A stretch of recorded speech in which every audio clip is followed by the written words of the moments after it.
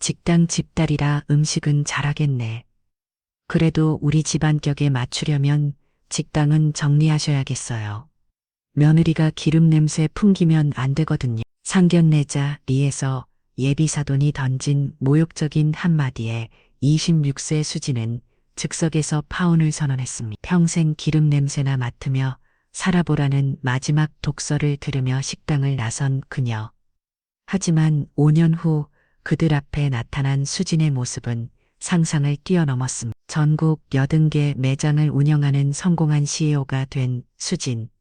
그리고 몰락해 무릎 꿇고 사과하는 그 가족의 충격적인 반전. 과연 수진은 어떻게 이런 놀라운 역전을 이뤄낸 걸까요? 그리고 자신을 무시했던 사람들에게 어떤 선택을 했을까요? 영상 시청 전 구독과 좋아요 눌러주세요. 영상 제작에 큰 힘이 됩니다. 서울 신라 호텔 24층 다이닝룸에 두 가족이 마주 앉았다. 한쪽에는 30년간 이만내 집밥이라는 작은 한식당을 운영해온 이두만과 김영숙 부부가 있었다.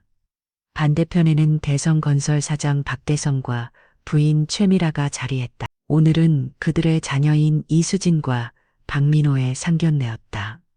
수진은 26세로 요리학과를 졸업하고 부모님 식당에서 일하고 있었다.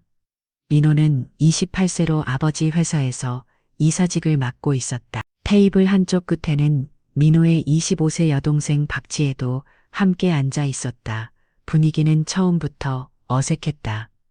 이두만 부부는 평소 입던 정장 중 가장 좋은 옷을 골라 입었지만 박대성 부부의 명품 정장과는 확연히 차이가 났다. 김영숙은 수진이 직접 만든 전통 한가를 정성스럽게 포장해서 가져왔다. 수진아, 이거 가져가서 인사드려. 김영숙이 수진에게 속삭였다. 수진은 어머니가 정성스럽게 포장한 한과 상자를 조심스럽게 박대성 부부 앞에 놓았다. 안녕하세요. 처음 뵙겠습니다. 제가 직접 만든 한과입니다. 수진의 목소리는 떨렸지만 정중했다. 박대성은 한과 상자를 힐끗 보더니 코에스를 찼다. 아, 그렇구나. 직접 만드셨어요? 최미라도 어색한 미소를 지으며 고개를 끄덕였다. 수고하셨네요. 그런데 요즘 시대의 개인이 만드는 음식은 좀 그렇지 않나요? 의생이며 무며. 지혜가 어머니의 팔을 살짝 잡으며 말렸다. 어머니 그런 말씀은 하지만 최미라는 신경 쓰지 않는 듯했. 박대성이 메뉴판을 들여다보며 말을 꺼냈다. 그런데 수진 씨 부모님은 뭘 하시죠?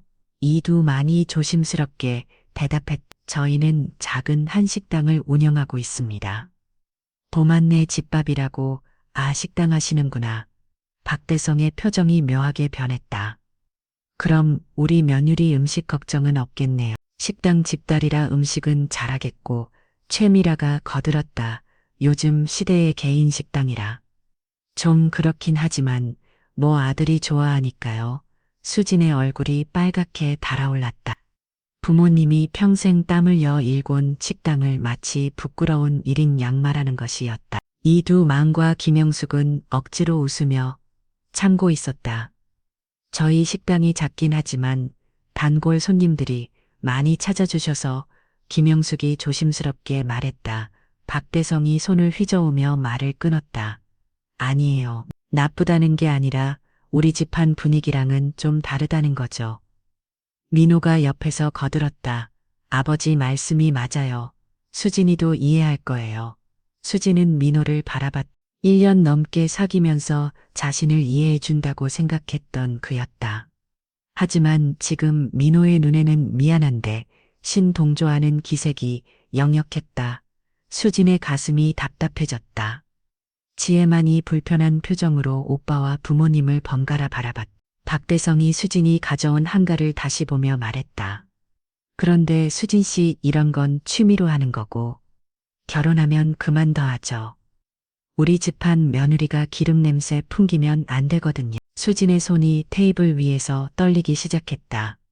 30년간 부모님이 정성을 다해 만드는 음식으로 자신을 키워줬는데 그것을 기름 냄새라고 표현하다니 취미라가 한술 더 떴. 그래도 우리 집안 격에 맞추려면 식당은 정리하셔야겠어요. 며느리 친정이 장사하면 체면이 서지 않아요. 이두만의 얼굴이 굳어졌다. 김영숙은 물을 마시며 눈물을 감췄다.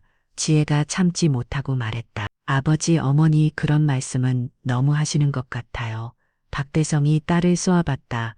지혜야 어른들 말에 끼어들지 마라. 수진이 조용히 일어졌다. 식당에 있는 모든 사람들의 시선이 수진에게 몰렸다.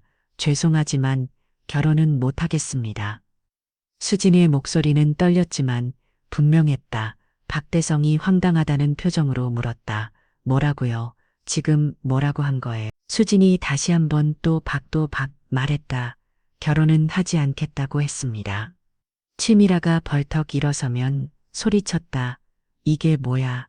식당 집 주제에 깔탈 떠는 거야? 우리가 격 낮춰서 만나준 건데 배은망덕하네. 민호도 당황스러운 표정으로 수진을 바라봤다. 수진아 갑자기 왜 이래? 우리 부모님께 죄송하다고 해.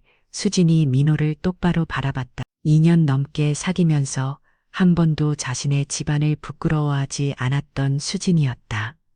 하지만 지금 민호의 모습에서 진심을 느낄 수 없었다. 박대성이 수진을 가리키며 말했다. 너나 아니면 누가 받아주겠어? 현실 파악 좀 해. 식당 집달 주제에 지혜가 아버지의 팔을 잡으면 말렸다. 아버지 그만하세요. 하지만 박대성은 멈추지 않았다. 평생 기름 냄새나 맡으며 살아봐라. 그게 내 주제야. 수진의 눈에 눈물이 맺혔다.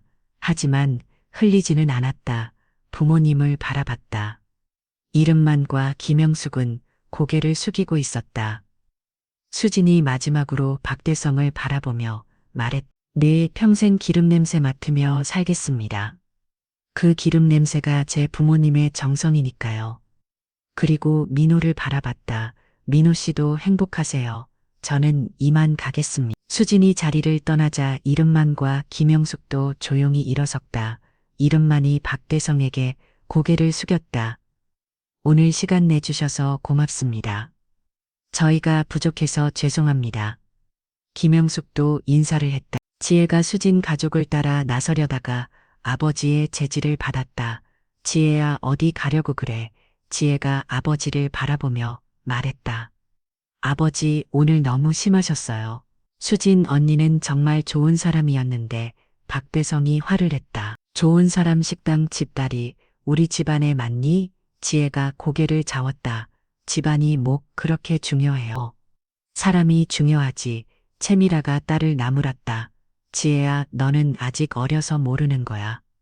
결혼은 집안끼리 하는 거라고. 민호는 멍하니 앉아 있었다.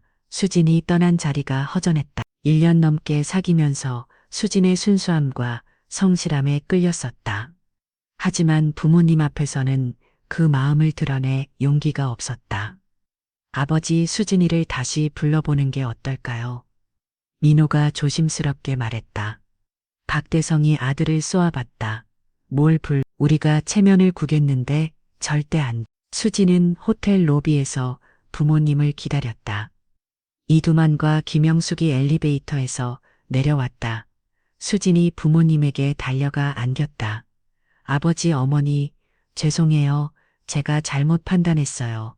김영숙이 딸의 등을 토닥이며 아니야 수진아. 내가 잘했어. 그런 사람들과는 살 수 없어. 이두만도 고개를 끄덕였다. 우리 딸이 옳은 선택을 했다. 자랑스럽다. 세 사람은 조용히 호텔을 나섰다. 수진의 마음속에는 부모와 함께 이상한 해방감이 들었다. 박대성의 마지막 말이 귀가에 맴돌았다. 평생 기름 냄새나 맡으며 살아봐라. 수진은 다짐했다. 정말 그럴 거예요. 하지만 그 기름 냄새로 성공해 보이겠어요. 택시 안에서 수진은 창밖을 바라보며 생각했다. 오늘이 내 인생의 전환점이 될 거야. 상견례가 끝났는지 3일이 지났다. 수진은 부모님 식당에서 평소처럼 일하고 있었지만 마음은 복잡했다. 아직 민호에게서 연락이 오지 않았다. 혹시 민호가 부모님을 설득해서 사과할까 하는 기대가 조금 있었다. 하지만 그 기대는 곧 무너졌다. 민호가 아니라 박대성이 직접 전화를 걸어왔기 때문이다. 여보세요. 수진 씨죠? 박대성의 목소리는 냉랭했다. 네, 수진입니다. 수진이 조심스럽게 대답했다. 그날 일로 사과하러 전화한 게 아니에요. 우리 민호가 상처받아서 말이에요. 수진은 무슨 소리인지 이해할 수 없었다. 상처받았다고. 네, 약혼자가 갑자기 파혼 선언하면 남자가 얼마나 창피하겠어요. 주변에서 뭐라고 하는지 알아요? 수진의 가슴이 답답해졌다. 자신들이 모욕을 주고도 오히려 피해자인 양구롭다. 죄송하지만 그날 먼저 모욕적인 말씀을 하신 건 아버님이세요. 박대성이 목소리를 높였다. 모욕적이라고 사실을 말한 게 모욕이야. 식당집은 식당집이지. 뭐요? 수진이 더 이상 참을 수 없었다. 식당이 어때서요? 제 부모님은 30년간 정직하게 일하셨어요. 그때 채미라가 전화를 가로채더니 말했다. 수진 씨, 당신이 우리를 무시하는 것 같은데 우리가 얼마나 큰 손해인지 알아요. 민호가 당신 같은 애랑 결혼한다고 해서 얼마나 반대했는데 수지는 어이가 없었다. 손해라고요? 네, 손해죠. 우리 민호는 조건 좋은 여자들이 줄을 서는데 당신을 선택해 준 거예요. 민호의 목소리가 들렸다. 어머니 전화 주세요. 잠깐 후 민호가 전화를 받았다. 수진아, 미안해. 부모님이 좀 흥분하셨어. 다시 만나서 얘기하자. 수진이 차갑게 대답했다. 민호 씨, 그날 당신도 부모님과 똑같이 생각하고 있었잖아요. 아니야, 수진아. 나는 민호의 변명은 진심으로 들리지 않았다. 수진이 말을 끊었다. 다시는 연락하지 마세요. 전화를 끊고 나서 수진은 한동안 멍하니 앉아 있었다. 김영숙이 딸에게 다가왔다. 수진아, 괜찮니? 수진이 어머니를 바라봤다. 어머니, 저 정말 괜찮아요. 오히려 다행이에요. 결혼하기 전에 그 사람들 본성을 알게 돼서 이두만이 부엌에서 나와 딸의 어깨에 손을 얹었다. 우리 딸이 한 명의 그런 집안과 인연 맺으면 평생 고생할 뻔했어. 하지만 수진의 마음은 편치 않았다. 분노보다는 허탈감이 더 컸다. 자신이 1년 넘게 사귄 남자가 이런 사람이었다는 것이 믿어지지 않았다. 그날 밤 수진은 잠을 이루진 못했다. 박대성의 마지막 말이 계속 맴돌았다. 평생 기름 냄새나 맡으며 살아봐라. 수진은 이불을 뒤집었고 생각했다. 정말 그럴 거예요. 하지만 그들이 상상하는 것과는 다른 방식으로 이틀 후 예상치 못한 전화가 걸려왔다. 지혜였다. 수진 언니, 저예요. 지혜. 수진이 놀라며 대답했다. 지혜야, 왜 이리야? 지혜의 목소리는 미안함으로 가득했다. 언니, 그날 저희 가족이 너무 심했어요. 정말 죄송해요. 수진이 따뜻하게 대답했다. 지혜야, 내가 사과할 일은 아니야. 너는 잘못한 게 없어. 언니, 저는 언니가 정말 좋았어요. 오빠가 바보예요. 그런 좋은 사람을 놓치다니. 지혜의 말에 수진의 마음이 조금 따뜻해졌다. 고마워, 지혜야. 너 같은 사람이 있어서 다행이야. 언니, 오빠한테 다시 기회를 주시면 안 돼요? 오빠도 후회하고 있어요. 수진이 고개를 저었다. 지혜야, 어떤 일은 되돌릴 수 없어. 오빠뿐만 아니라 부모님도 마찬가지야. 그날 저녁 식당에 예상치 못한 손님이 찾아왔다. 민호였다. 수진을 보자마자 다가와 말했다. 수진아, 정말 미안해. 내가 잘못했어. 다시 만나자. 수진이 차갑게 대답. 민호 씨, 손님이시면 주문하세요. 아니시면 나가주세요. 민호가 당황했다. 수진아, 왜 이렇게 차갑게 굴어? 우리 사이잖아. 우리 사이요. 수진이 스누숨을 지었다. 우리 사이가 뭐였는지 그날 알았어요. 민호가 애원하듯 말했다. 수진아, 부모님은 부모님이고 나는 나야. 나는 정말 너를 사랑해. 수진이 고개를 저었다. 사랑이라고요? 그날 당신이 부모님 편을 들 때는 사랑이 어디 있었어요? 민호가 할 말을 잃었다. 다른 손님들이 쳐다보기 시작했다. 이두만이 나와서 민호에게 말했다. 젊은 양반, 우리 딸이 싫다는데 계속 괴롭히면 안 되죠. 민호가 이두만을 바라봤다. 아저씨, 저 정말 수진이를 사랑해요. 이두만이 단호하게 대답했다. 사랑한다면 우리 딸을 편하게 해주세요. 이제 그만 가세요. 민호는 어쩔 수 없이 식당을 나섰다. 하지만 포기하지 않았다. 다음 날부터 매일 식당 앞에서 수진을 기다렸다. 수진아, 한 번만 더 기회를 줘. 정말 후회하고 있어. 하지만 수진은 민호를 거들떠보지도 않았다. 일주일이 지나자 민호의 끈질긴 구애는 오히려 짜증으로 변했다. 수진아, 내가 너무 고집부리는 거 아니야? 나 같은 남자 다시 못 만날 텐데. 민호의 말에서 진심은 찾아볼 수 없었다. 오히려 자신이 양보해 주는 것처럼 말하고 있었다. 수진이 돌아서면 말했다. 맞아요. 당신 같은 남자는 다시 안 만날 거예요. 그게 제 목표거든요. 그날 밤 박대성이 직접 식당에 찾아왔다. 이두만과 김영숙은 긴장했다. 수진은 침착하게 박대성을 맞았다. 어서 오세요. 박대성이 거만하게 말했다. 수진 씨, 우리 민호가 이렇게 매달리는데도 마음이 안 움직여지나? 수진이 차갑게 대답했다. 네, 전혀요. 박대성이 화를 했다. 그럼 뭘 원하는 거야? 돈이야? 아니면 집이야? 수진의 얼굴이 붉어졌다. 전 아무것도 원하지 않아요. 그냥 저희를 내버려 두세요. 박대성이 코웃음을 쳤. 내버려도 너 같은 애가 우리 민호를 차버리고 꿈 덮고지 마라. 평생 후회할 거야. 수진이 당당하게 대답했다. 후회는 제가 알아서 할게요. 대신 아버님도 후회하실 일이 생길 거예요. 박대성이 황당하다는 표정으로 물었다. 내가 후회할 일이라고? 식당 집단 주제에 무슨 배짱이야. 수진이 미소를 지었다. 고도 아실 거예요. 그때 기억하세요. 평생 기름 냄새 맡으며 살라고 하신 말씀. 박대성은 화가 나서 식당을 나섰다. 며칠 후 채미라가 김영숙에게 전화를 걸어왔다. 영숙 씨, 우리 민호가 너무 상처받아서 어쩔 줄 모르겠어요. 수진이가 마음을 바꿔주면 안 될까요? 김영숙이 단호하게 대답했다. 미라 씨, 그날 당신들이 우리한테 한 말 기억하세요. 우리 수진이는 그런 취급받을 아이가 아니에요. 채미라가 목소리를 높였다. 취급이라고요? 우리가 언제 그랬어요? 김영숙이 차갑게 대답했다. 기억 안 나시면 할 수 없죠. 어쨌든 우리 수진이는 민호 씨와 결혼할 생각이 없어요. 채미라가 화를 냈다. 그럼 우리 민호가 뭐가 부족하다는 거예요? 건설에서 사장 아들인데. 김영숙이 냉정하게 말했다.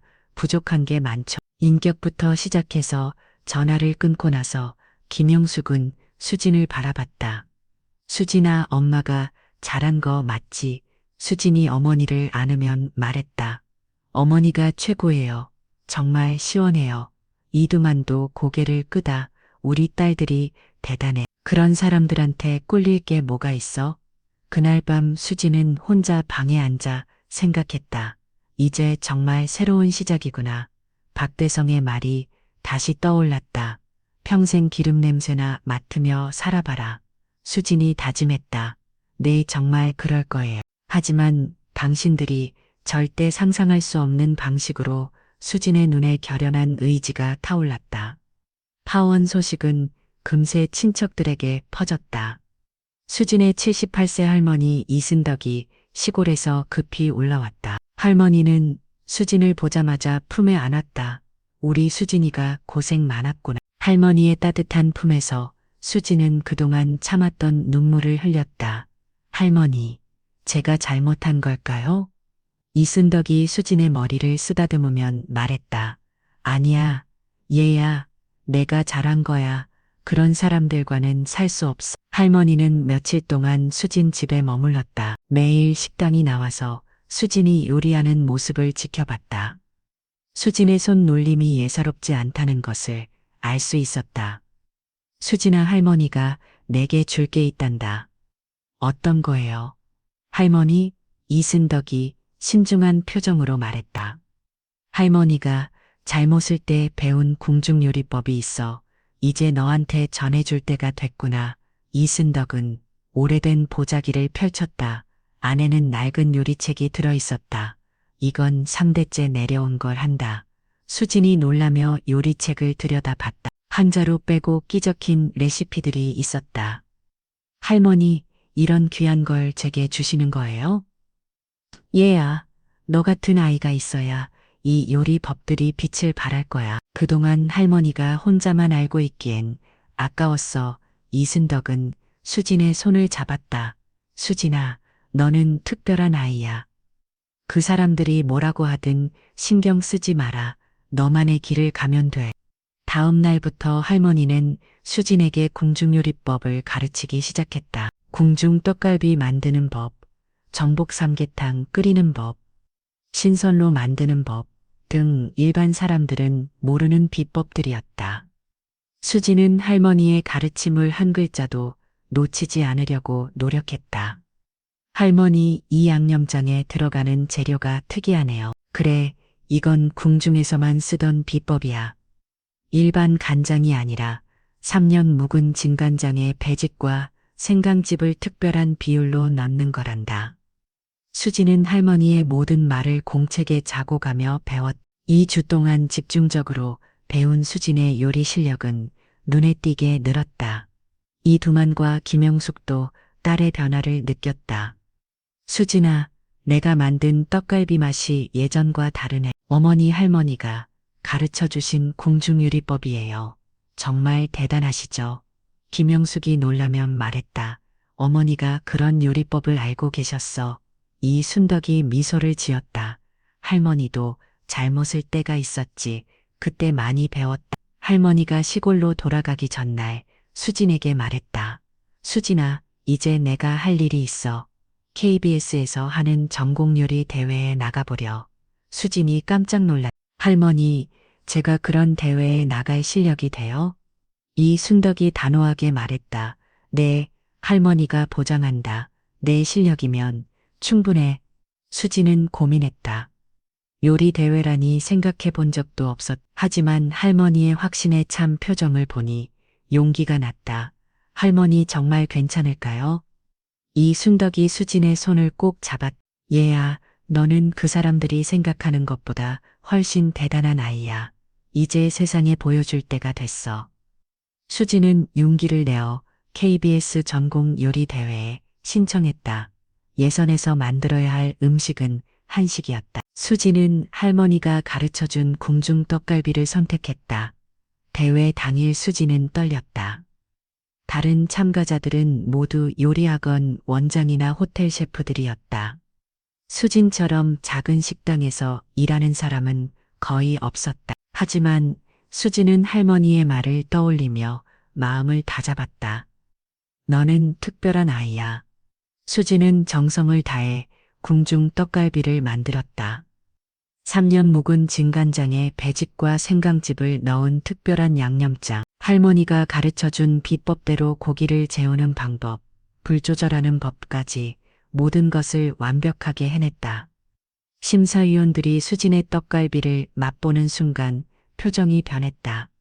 이게 정말 일반 식당에서 일하는 분이 만든 건가요? 수진이 떨리는 목소리로 대답했다. 네, 할머니가 가르쳐 주신 궁중요리법입니다. 심사위원 중 한 명이 놀라며 말했다. 이 양념장 맛이 정말 특별하네요. 어떻게 만드신 거죠? 수진은 자신있게 설명했다. 3년 묵은 진간장에 배즙과 생강즙을 특정 비율로 넣어서 만들었습니다. 심사위원들이 고개를 끄다 정말 대단합니다. 이런 전통 요리법을 아직도 보존하고 계시는군요. 결과 발표 시간이 되었다. 대상 수상자는 이수진 씨입니다. 수진은 믿을 수 없었다. 자신이 대상을 받다니. 시상대에 올라가는 수진의 눈에 눈물이 맺혔다. 할머니 감사해요. 수진이 마음속으로 외쳤다. 시상식 후 인터뷰에서 수진은 당당하게 말했다. 저는 작은 식당 집단입니다. 하지만 오늘 증명했어요. 식당 집단의 자존심을 보여드리겠습니다. 기자가 물었다. 앞으로 계획이 있으시나요? 수진이 미소를 지으며 대답했다. 네, 저희 가족이 3대쯤에 지켜온 요리의 진짜 가치를 세상에 보여드리고 싶어요. 뉴스가 나간 후 식당에는 축하 전화가 계속 걸려왔다. 이두만과 김영숙은 딸이 자랑스러웠다. 우리 수진이가 정말 대단해졌네. 하지만 수진은 이제 시작이라는 것을 알고 있었다. 박대성의 말이 다시 떠올랐다. 평생 기름 냄새나 맡으며 살아봐라. 수진이 다짐했다. 네, 평생 맡을 거예요. 하지만 성공의 냄새를 말이해. 그날 밤 박대성의 집에서도 뉴스를 봤다. 최미라가 남편에게 말했다. 여보, 저 애가 수진이 아니야? 박대성이 화면을 보더니 코웃음을 쳤다. 운 좋게 상 하나 탔다고 설치네. 하지만 민호는 복잡한 표정으로 화면을 바라봤다. 수진이의 당당한 모습이 예전과 달라 보였다. 지혜만이 박수를 치며 말했다. 수진 언니 정말 대단해. 역시 언니야. 박대성이 딸을 쏘아봤다. 지혜야, 뭐가 대단해. 요리 대회 하나 이긴 게. 지혜가 아버지를 바라보며 말했다. 아버지는 왜 수진 언니가 잘 되는 게 그렇게 싫으세요?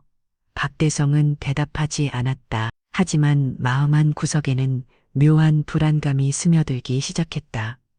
요리 대회 우승 소식은 생각보다 큰 파장을 일으켰다.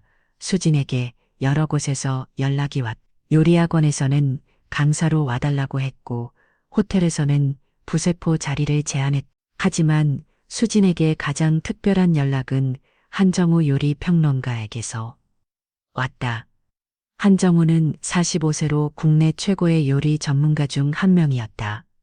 수진 씨죠? 저는 한정우라고 합니다. 요리 대회에서 보여주신 실력이 정말 인상적이었어요. 수진이 놀라며 대답했다. 한정우 선생님이세요? 정말 영광입니다.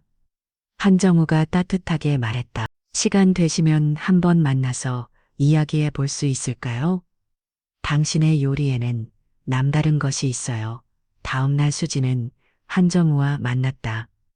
한정우는 수진의 요리에 대해 자세히 물어봤다. 그 궁중 떡갈비 레시피는 어디서 배우신 거예요?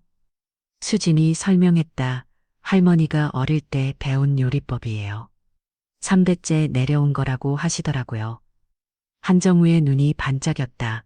정말 대단하군요. 그런 전통 요리법이 아직 남아있다니. 수진 씨 저와 함께 일해보시겠어요? 한정우의 제안에 수진이 깜짝 놀랐다. 어떤 일이요?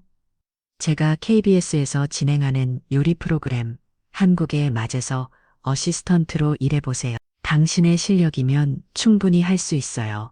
수진은 고민했다. 부모님 식당을 도와야 하는데 걱정 마세요. 일주일에 이틀만 촬영하니까 식당 일과 병행할 수 있어요. 한정우가 설득했다. 그리고 이건 당신에게 큰 기회가 될 거예요. 수진이 부모님과 상의해 보겠다고 했다. 이두만과 김영숙은 딸의 기회를 응원했다. 수진아 해봐. 이런 기회가 언제 또 올지 몰라. 수진은 한정우의 제안을 받아들였다. 첫 촬영날 수진은 떨렸다. 하지만 한정우가 든든하게 도와줬다. 수진 씨 긴장하지 마세요. 평소처럼 하시면 돼요. 수진은 프로그램에서 전통 한식을 소개했다. 할머니가 가르쳐준 궁중 요리 법들을 하나씩 선보였다. 시청자들의 반응이 폭발적이었다. 게시판에는 수진을 칭찬하는 댓글이 쏟아졌다. 수진 씨 요리법 정말 대단해요. 전통이 살아있는 느낌이에요. 젊은데도 이런 깊이 있는 요리를 하다니. 한정우도 수진의 가능성을 높이 평가했다. 수진 씨는 정말 특별한 재능이 있어요. 앞으로 더 큰 일을 할 수 있을 거예요. 3개월 후 한정우가 수진에게 새로운 제안을 했다. 수진 씨, 이제 독립할 때가 됐어요. 자신만의 레스토랑을 열어보는 게 어떨까요? 수진이 당황했다. 레스토랑이요? 제가 그런 큰일을 할 수 있을까요? 한정우가 확신에 찬 목소리로 말했다.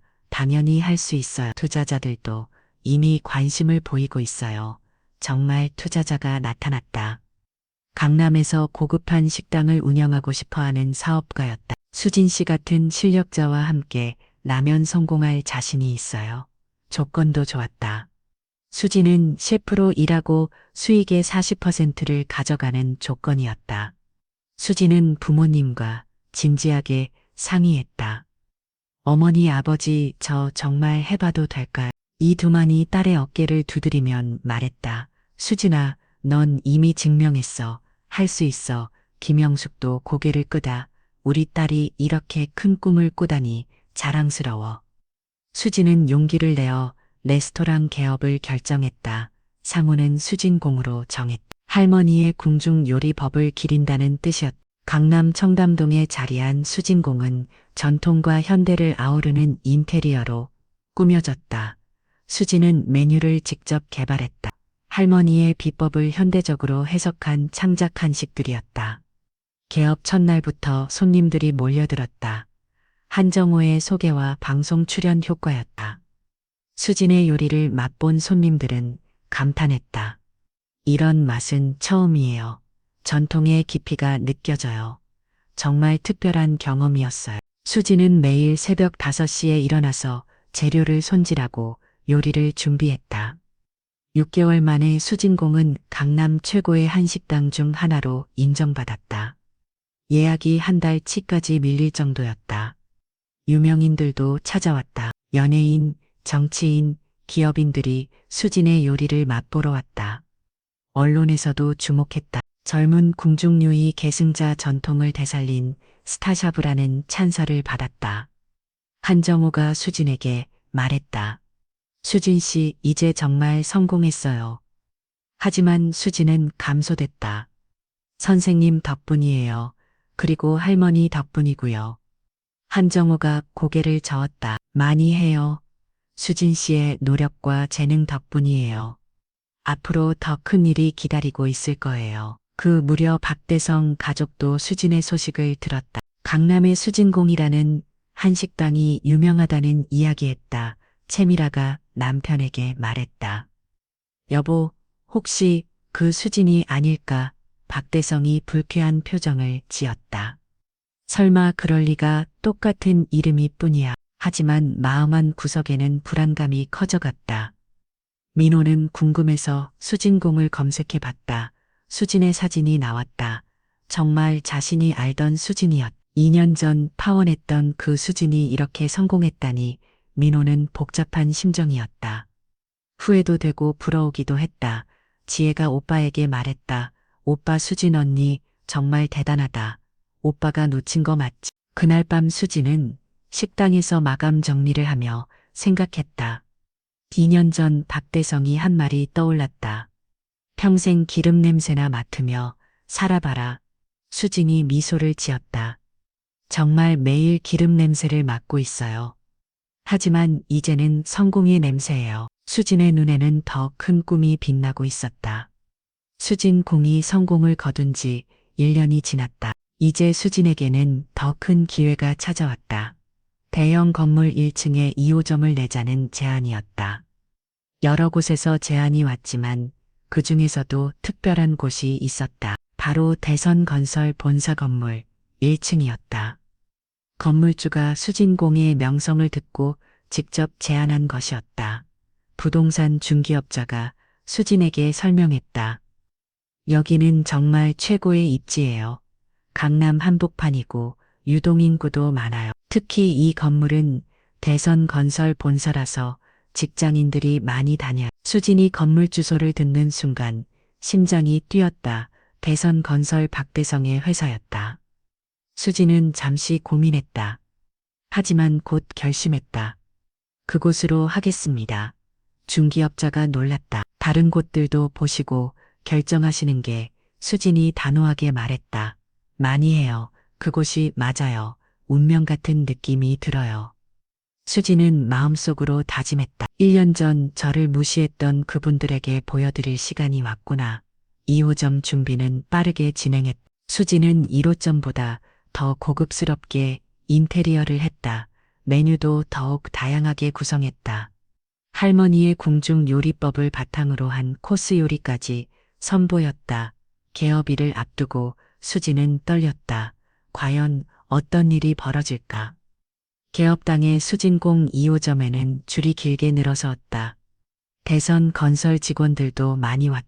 점심시간이 되자 건물 1층이 푹적거렸다. 수지는 주방에서 바쁘게 요리를 만들었다. 모든 음식에 정성을 다했다. 대선 건설 직원들이 수진의 요리를 맛보고 감탄했다. 이 맛 정말 대단하네요. 이런 한식당이 우리 건물에 있다니 행운이에요. 매일 와도 질리지 않을 것 같아요. 수지는 손님들의 반응을 보며 뿌듯했다. 정성을 다한 요리는 사람들의 마음을 움직이는구나. 며칠 후 박대성의 비서가 예약 전화를 걸어왔다. 사장님이 점심 식사를 하고 싶어 하시는데 자리가 있을까요? 수진이 전화를 받았다. 죄송합니다. 예약이 꽉 찼습니다. 비서가 당황했다. 저희 사장님은 이 건물의 박대성 사장님이신데 수진이 차갑게 대답했다. 죄송하지만 예약은 선착순입니다. 박대성은 비서로부터 소식을 듣고 화가 났다. 내 건물인데 예약을 안 받아준다고 비서가 조심스럽게 말했다. 사장님 워낙 인기 있는 식당이라서 다른 날로 해보시는 게 어떨까요? 박대성이 고집을 부렸다. 안 돼. 내가 직접 가볼 거야. 다음 날 점심시간에 박대성이 수진공에 나타났다. 수지는 주방에서 박대성을 봤다. 1년 반 만에 보는 얼굴이었다. 박대성은 여전히 검한 한 표정이었다. 홀 직원에게 말했다. 자리 하나 주세요. 직원이 죄송하다면 말했다. 손님 예약이 없으시면 자리가 없어요. 박대성이 목소리를 높였다. 나 이 건물 사장이야. 예약이 뭐가 중요해. 다른 손님들이 찾아봤다. 직원이 당황하며 수진을 불렀다. 셰프님 잠깐 나와주세요. 수진이 주방에서 나왔다. 박대성과 눈이 마주쳤다. 박대성이 수진을 보더니 놀라며 말했다. 너 수진이 아니야. 수진이 차분하게 대답했다. 네, 이 수진입니다. 어서 오세요. 박대성은 믿을 수 없다는 표정이 없다. 내가 여기 사장이라고 수진이 미소를 지었다. 네, 제가 이 식당을 운영하고 있습니다. 박대성이 어색하게 말했다. 그래, 그럼 자리 하나 주면 안 될까? 수진이 정중하게 대답했다. 죄송합니다. 오늘은 예약이 꽉 찼어요. 내일 예약은 어떠세요? 박대성이 당황했다. 예약을 받으라고 나한테 수진이 고개를 끄덕였다. 네, 모든 손님이 똑같이 예약하셔야 해요. 박대성은 어쩔 수 없이 식당을 나섰다. 건물을 나서면서 생각했다. 1년 반 전 파원한 그 식당 집단이 이렇게 성공했다니 믿을 수 없었다. 그때 자신이 한마디를 떠올랐다. 평생 기름 냄새나 맡으며 살아봐라. 아이러니하기도 수지는 정말 기름 냄새를 맡으며 살고 있었다. 하지만 성공의 냄새였다. 그날 저녁 박대성은 집에서 가족들에게 말했다. 오늘 정말 놀라운 일이 있었어. 우리 건물 1층 식당 사장이 수진이더라. 최미라가 깜짝 놀랐다. 뭐라고? 그 수진이 민호도 당황했다. 정말요? 수진이가 지혜만이 박수를 치며 좋아했다. 와, 수진 언니 정말 대단하다. 박대성이 불편한 표정으로 말했다. 예약도 안 받아주더라. 자기가 뭐가 된 줄 알아? 지혜가 아버지를 바라보며 말했다. 아버지 당연한 거 아니에요? 식당은 예약제로 운영하는 거잖아요. 박대성이 딸을 쏘아봤다. 그래도 나는 건물주인데 최미라가 걱정스럽게 말했다. 여보, 그 애가 우리를 어떻게 생각할까? 그때 일 때문에 우리한테 좋지 않은 감정이 있을 텐데. 박대성이 손을 휘저었다. 뭘 어떻게 생각해? 우리가 잘못한 게 있나? 민호가 조심스럽게 말했다. 아버지, 그때 우리가 좀 심했던 것 같은데. 박대성이 아들을 노려봤다. 심했다고?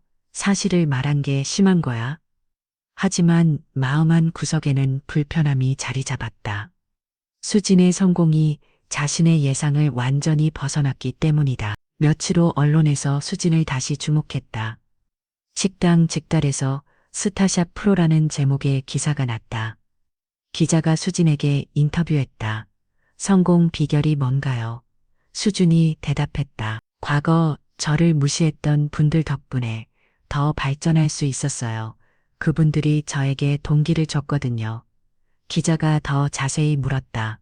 어떤 일이 있었나요? 수진이 미소를 지으며 말했다. 언젠가 어떤 분이 저보고 평생 기름 냄새나 맡으며 살라고 하셨어요. 정말 그대로 하고 있어요. 매일 기름 냄새를 맡으며 살고 있거든요. 하지만 이제는 성공의 냄새예요. 기사가 나간 후 박대성은 화가 났다. 저 애가 우리 얘기를 하는 것 같은데, 하지만 직접적으로 언급하지 않아서 뭐라고 할 수도 없었다. 지혜가 기사를 보며 말했다. 수진 언니, 정말 멋있어. 이런 식으로 성공해서 복수하다니. 박대성이 딸을 노려봤다. 복수라고 그게 복수야. 하지만 박대성도 알고 있었다. 수진의 성공이 단순한 우연이 아니라는 것을. 그리고 자신이 1년 반 전에 한 말들이 수진에게 어떤 영향을 줬는지도 불안감이 점점 커져갔다. 수진이 앞으로 또 어떤 일을 벌일지 예측할 수 없었기 때문이다. 수진은 매일 대성건설 직원들을 위해 정성껏 음식을 만들었다. 아이러니하게도 자신을 무시했던 사람의 직원들을 위해서 말이다. 하지만 수진은 개의치 않았다. 음식에는 정성이 들어가야 한다는 것이 수진의 철학이었다. 그리고 이것도 복수의 한 방법이었다. 정정당당하게 실력으로 증명하는 것. 수진공 2호점이 성공을 거둔 지 6개월이 지났다. 매일 대성건설 직원들이 줄을 서서 수진의 음식을 먹었다. 박대성은 그 모습을 볼 때마다 기분이 복잡했다. 자신이 무시했던 식당 집단이 이제 자신의 직원들을 먹여 살리고 있는 셈이었다. 그런데 대성건설에 문제가 생기기 시작했다. 2년 전에 완공한 아파트에서 균열이 발견된 것이다. 주민들이 집단으로 민원을 제기했다. 처음에는 작은 문제로 여겼지만 점점 심각해졌다. 천장에서 물이 새고 벽에 금이 가는 집이 늘어났다. 박대성은 급하게 대책을 마련하려 했다. 하지만 이미 늦었다. 언론에서 대성건설의 부실공사 의혹을 보도하기 시작했다. 하루가 다르게 악재가 쏟아졌다. 다른 아파트 단지에서도 비슷한 문제가 발견됐다. 주민들은 집단 소송을 준비했다. 검찰 수사까지 시작됐다. 대성건설의 공사 과정에서 부실 시공이 있었는지 조사에 들어간 것이다. 박대성은 내일 변호사와 만나야 했다.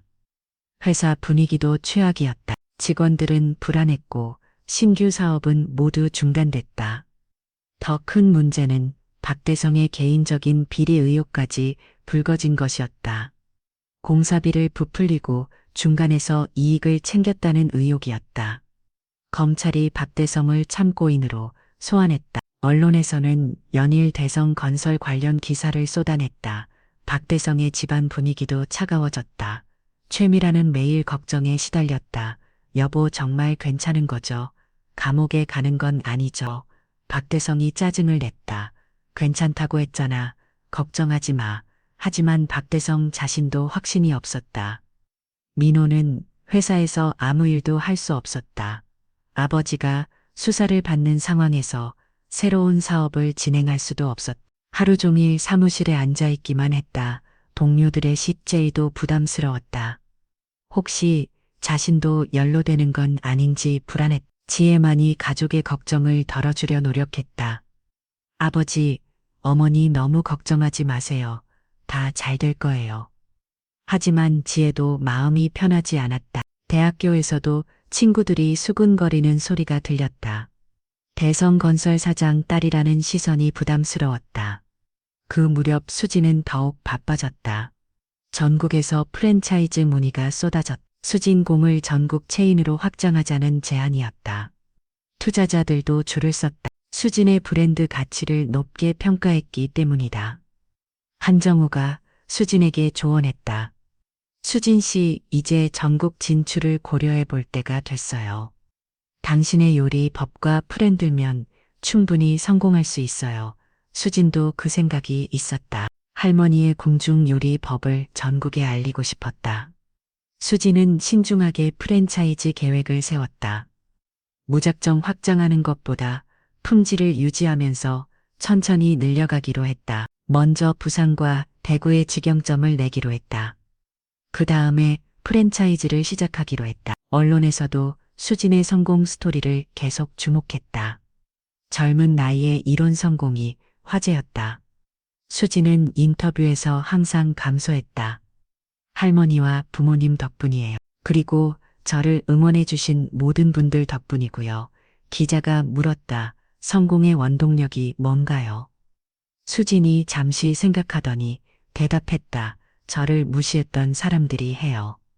그분들 덕분에 더 열심히 할 수 있었거든요. 때로는 무시와 모욕이 사람을 더 강하게 만들어요. 그 기사를 본 박대성은 불쾌했다. 또 우리 얘기를 하는 것 같은데, 하지만 이번에도 직접적으로 언급하지 않아서 뭐라고 할 수 없었다.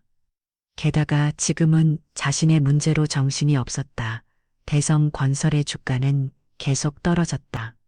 투자자들이 등을 돌렸고 은행에서도 대출을 꺼렸다. 회사 운영이 점점 어려워졌다. 박대성은 매일 스트레스에 시달렸다. 술을 마시는 양도 늘었다. 채미라가 남편을 걱정했다. 여보, 술 좀 줄이세요. 목만 가져와요. 박대성이 화를 했다. 지금 술 생각할 때야. 회사가 망해 가는데 채미라는 더 이상 말할 수 없었다. 남편의 스트레스가 얼마나 큰지 알고 있었기 때문이다. 민호도 아버지가 걱정됐다. 아버지 너무 힘들어하지 마세요. 뭔가 방법이 있을 거예요. 하지만 박대성은 희망을 잃어가고 있었다. 30년간 쌓은 사업이 한순간에 무너져 내리고 있었다. 그런 와중에도 수진공은 계속 번창했다. 매일 대성 건설 직원들이 찾아와 식사를 했다. 박대성은 그 모습을 볼 때마다 복잡한 심정이었다. 자신은 몰락해 가는데 수진은 승승장구하고 있었다. 어느 날 지혜가 아버지에게 말했다. 아버지, 그때 수진 언니한테 사과하는 게 어떨까요? 박대성이 딸을 노려봤다. 사과라고 내가 왜 사과해야 해? 지혜가 조심스럽게 말했다. 그때 너무 심하게 하셨잖아요. 그리고 지금 언니가 성공했으니. 박대성이 화를 했다. 지혜야, 그런 소리 하지 마. 우리가 잘못한 게 뭐가 있어. 지혜는 더 이상 말하지 않았다.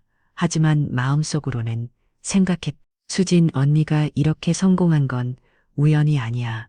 정말 대단한 사람이었구나. 그날 밤 채미라가 혼자 수진공 앞을 지나갔다. 밝은 조명과 북적거리는 사람들을 보며 복잡한 심정이었다. 2년 반 전 자신들이 무시했던 그 아이가 이렇게 성공했다니. 혹시 그때 다르게 행동했다면 어땠을까 하는 생각이 들었다. 채미라는 용기를 내어 식당 안을 들여다봤다. 수진이 바쁘게 주방에서 일하는 모습이 보였다. 예전보다 더 당당해 보였다. 성공이 사람을 바꾸는구나. 채미라는 한숨을 쉬며 발걸음을 돌렸다. 박대성 가족의 몰락은 이제 시작에 불과했다. 검찰 수사는 점점 구체화됐고 언론의 관심도 계속됐다. 반면 수진의 성공은 가속도가 붙었다. 운명의 역전이 본격적으로 시작된 것이다. 대선 건설을 대한 검찰 수사가 본격화되면서 박대성의 상황은 급속도로 악화됐다. 회계장부를 압수수색 당했고 박대성은 피해자 신분으로 조사를 받게 됐다. 언론에서는 연일 대선 건설을 비리 의혹을 보도했다. 회사 신용도는 바닥으로 떨어졌다. 더 큰 충격은 은행에서 대출 만기 연장을 거부한 것이었다. 한꺼번에 수백억 원을 상환하는 통보가 왔다. 박대성은 잘 망했다. 30년간 쌓은 사업이 무너져 내리고 있었다. 부채는 눈덩이처럼 불어났고 매출은 급감했다. 결국 대선 건설을 법정 관리에 들어갔다. 사실상 부도였다. 박대성은 하루아침에 모든 것을 잃었다. 강남 펜트하우스도 경매에 넘어갔다. 가족들은 월세 원룸으로 이사해야 했다. 30년간 누려왔던 부유한 생활이 한순간에 끝났다. 민호는 백수가 됐다. 회사가 망하면서 일자리를 잃었다. 다른 건설회사에 이력서를 넣어봤지만 대선 건설을 출신이라는 이유로 범범이 거절당했다. 아버지의 비리 의혹 때문에 어디서도 받아주지 않았다. 민호는 절망에 빠져 술과 도박에 의존하기 시작했다. 최미라는 생활고에 시달렸다. 그동안 집안에만 하며 살았던 그녀에게 갑작스러운 가난은 견디기 어려웠다. 유명품 옷들은 모두 팔았고 귀금속도 하나씩 내다 팔았다. 그래도 생활비가 부족했다. 결국 작은 마트에서 아르바이트를 시작해야 했다. 지혜만이 가족을 위해 노력했다. 대학을 휴학하고 편의점에서 야간 아르바이트를 했다. 가족의 생계에 보탬이 되려고 했다. 하지만 하루 종일 일해도 한 달에 100만 원 남짓한 돈밖에 벌 수 없었다. 저는 와중에 수진의 성공은 계속됐다. 부산과 대구에 수진 공직영점을 열었고 대박이 났다. 전국에서 프랜차이즈 문의가 쏟아졌다. 수진은 신중하게 가맹점을 선별해서 품질을 유지했다. 1년 만에 전국 30개 매장을 달성했다. 수진의 요리책 할머니의 비밀도 출간됐다. 할머니가 가르쳐준 궁중 요리 법들을 일반인도 쉽게 따라 할 수 있게 정리한 책이었다. 출간 즉시 베스트셀러가 됐다. 서점가에서는 수진 열풍이 불었다. TV에서도 수진을 찾았다. 요리 프로그램 고정 출연 제안이 여러 곳에서 왔다. 수진은 그 중에서 KBS 요리 프로그램을 선택했다. 한정화와 함께 진행하는 프로그램이었다. 시청률도 높았고 수진의 인지도는 더욱 높아졌다. 언론에서는 수진을 국민 셰프라고 불렀다. 20대 후반의 나이에 이론 성공이 화제했다. 수진은 여전히 겸손했다. 인터뷰에서 항상 할머니와 부모님에게 감사하다고 말했다. 그리고 자신을 무시했던 사람들에게도 고마움을 표했다. 기자가 물었다. 그분들이 누구인가요? 수진이 미소를 지으며 대답했다. 언젠가 저보고 평생 기름 냄새나 맡으며 살라고 하신 분이 계세요. 정말 감사해. 그 말씀 덕분에 여기까지 올 수 있었거든요. 그 기사를 본 박대성은 분노했다. 저 애가 계속 우리를 비꼬는 거야. 하지만 지금의 박대성은 예전과 달랐다. 초라한 원룸에서 술만 마시며 지내는 신세였다. 수진에게 뭐라고 할 힘도 없었다. 어느 날 밤 민호가 술에 취해 수진궁에 나타났다. 수진을 보자마자 소리쳤다. 수진아, 나야 민호야. 다시 만나자. 내가 잘못했어. 홀 직원들이 당황했다. 수진이 주방에서 나와 민호를 봤다. 민호는 완전히 취해 있었다. 민호 씨, 지금 많이 취하신 것 같은데 집에 가세요. 수진의 목소리는 차가웠다. 민호가 애원했다. 수진아, 제발 한 번만 더 기회를 줘. 나 정말 후회하고 있어. 너 없으면 안 돼. 수진이 단호하게 말했다. 손님이시면 주문하시고 아니시면 나가주세요. 다른 손님들이 쳐다보기 시작했다. 수진이 직원에게 말했다. 경비실에 연락해서 이분을 밖으로 모셔달라고 하세요. 민호는 끌려나가면서도 계속 소리쳤다. 수진아, 내가 진짜 사랑해. 다시 돌아와. 그 모습을 본 손님들은 수근거렸다. 저 사람이 누구지? 셰프님을 아는 사람인가? 수진은 당황하지 않고 손님들에게 사과했다. 죄송합니다. 불편을 끼쳐드려서 정상 영업하겠습니다. 며칠 후 채미라가 수진의 어머니 김영수에게 전화를 걸었다. 영숙 씨, 저예요. 미라예요. 김영숙은 놀랐다. 미라 씨, 왜 일이에요? 채미라의 목소리는 초라했다. 영숙 씨, 우리 좀 도와줄 수 없을까요? 정말 힘들어요. 김영수 기 차갑게 대답했다. 도와달라고요. 1년 반 전에 우리한테 한 말 기억하세요? 식당집 주제에 깔아떤다고 하셨잖아요. 채미라가 옷먹였다. 미안해요. 정말 잘못했어요. 그때 우리가 너무했어요. 하지만 김영숙은 냉정했다. 미안하다고 해서 다 해결되는 건 아니에요. 그때 우리 수진이가 얼마나 상처받았는지 아세요? 채미라가 애원했다. 제발요.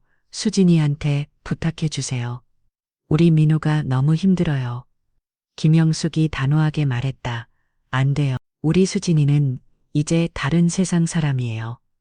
당신들과는 인연이 끝났어요. 그리고 전화를 끊었다. 채미라는 한참 동안 전화기를 들고 울었다. 수지는 어머니로부터 그 얘기를 들었다. 어머니 잘하셨어요. 이제 그분들과는 상관없이 살아요. 수진의 마음은 이미 다른 곳에 있었다. 복수보다는 더 큰 성공이 목표였다.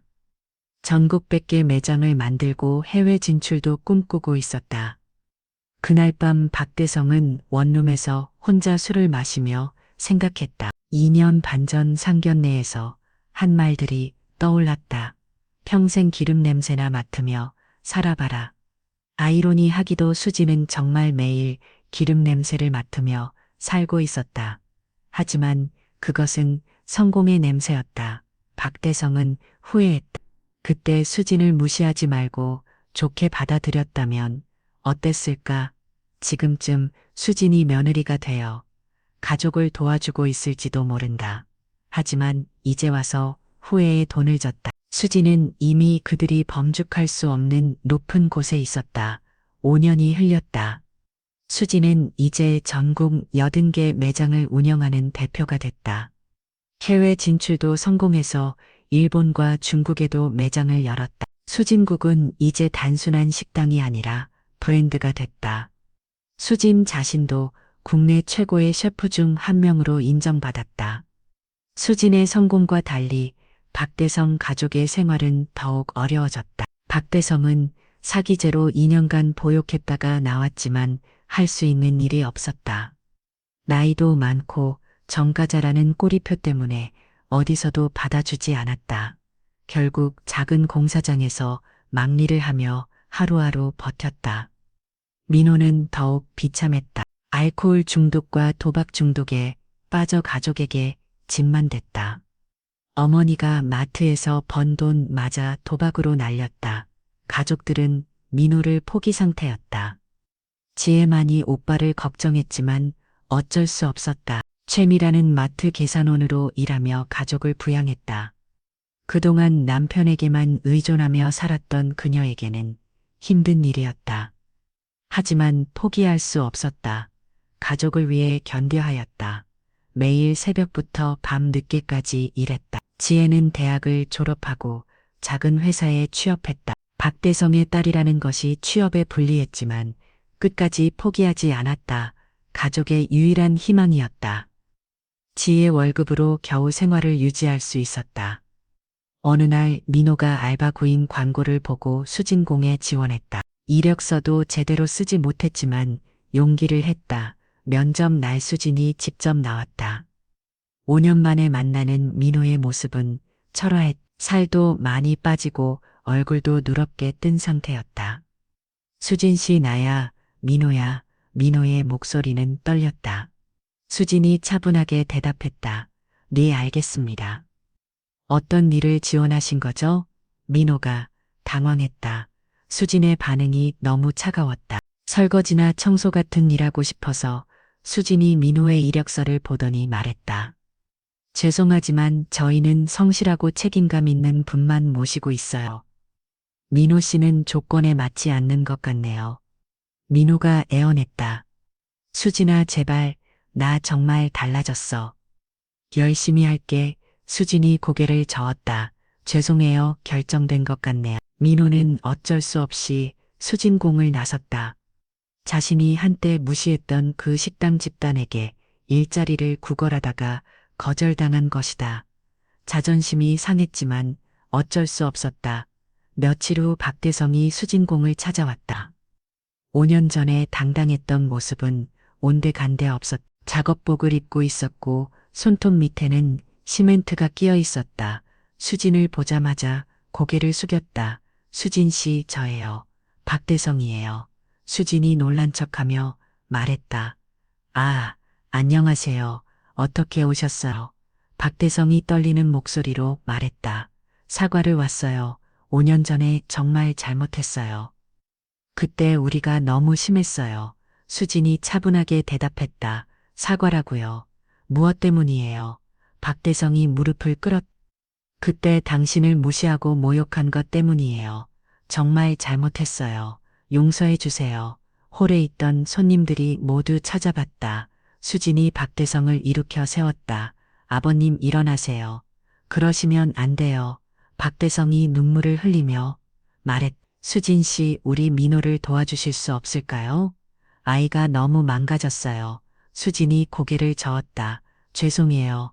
그건 제가 결정할 일이 아니에요. 민호 씨가 스스로 해결하셔야 할 문제인 것 같아요. 박대성이 절망적인 표정으로 말했다. 그럼 우리가 어떻게 해야 할까요? 수진이 잠시 생각하더니 말했다.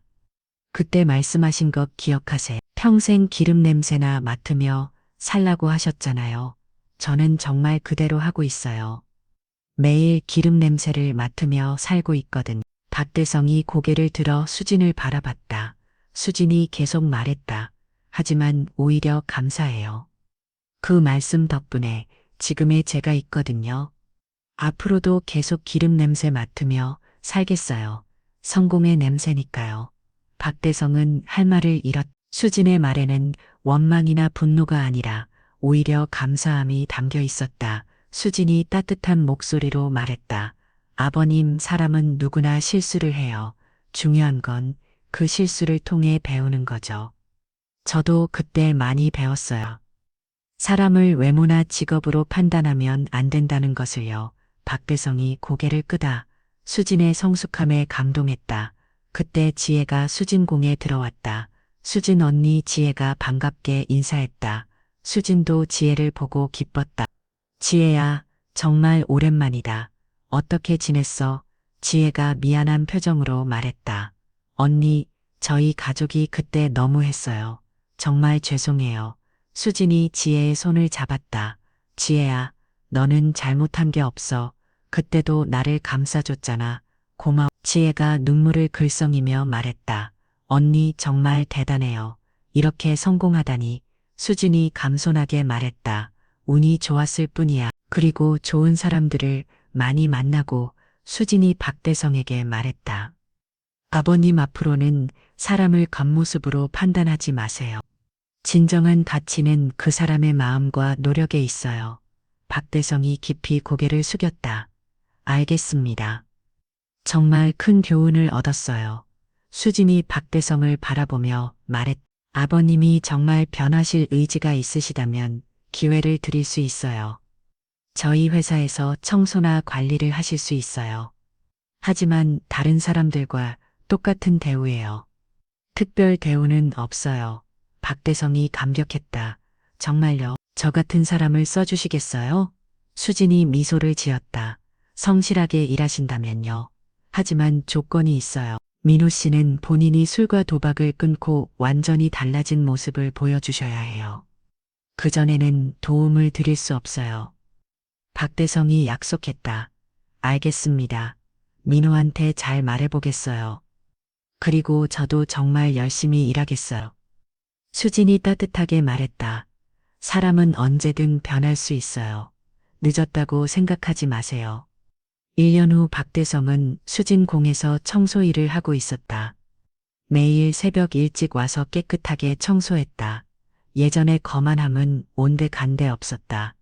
겸손하고 성실한 모습이었다. 민호도 서서히 변화하기 시작했다. 알코올 중독 치료를 받고 도박도 끊었다. 쉽지 않은 과정이었지만 포기하지 않았다. 지혜와 아버지가 힘이 됐다. 수지는 이제 전국 히베키 매장을 운영하는 대기업 CEO가 됐다. 하지만 여전히 겸손했다. 매주 부모님 식당에 가서 도왔고 할머니도 자주 배웠다. 성공했지만 초심을 잃지 않았다. 어느 날 수진이 기자 인터뷰에서 말했다. 저를 무시했던 분들께 정말 감사해요. 그분들 덕분에 더 열심히 할 수 있었거든. 때로는 역경이 사람을 더 강하게 만들어요. 중요한 건 그 역경을 어떻게 받아들이냐예요. 기자가 물었다. 앞으로의 계획은 뭔가요? 수진이 밝게 웃으며 대답했다. 어려운 환경에 있는 청소년들을 위한 요리 교육 프로그램을 만들고 싶어요. 요리를 통해 희망을 주고 싶거든요. 5년 전 상견례에서 모욕을 당했던 그 식당 집단은 이제 누구보다 성공한 기업가가 됐다. 하지만 복수보다는 용서를 선택했다. 그리고 더 큰 꿈을 향해 나아가고 있었다.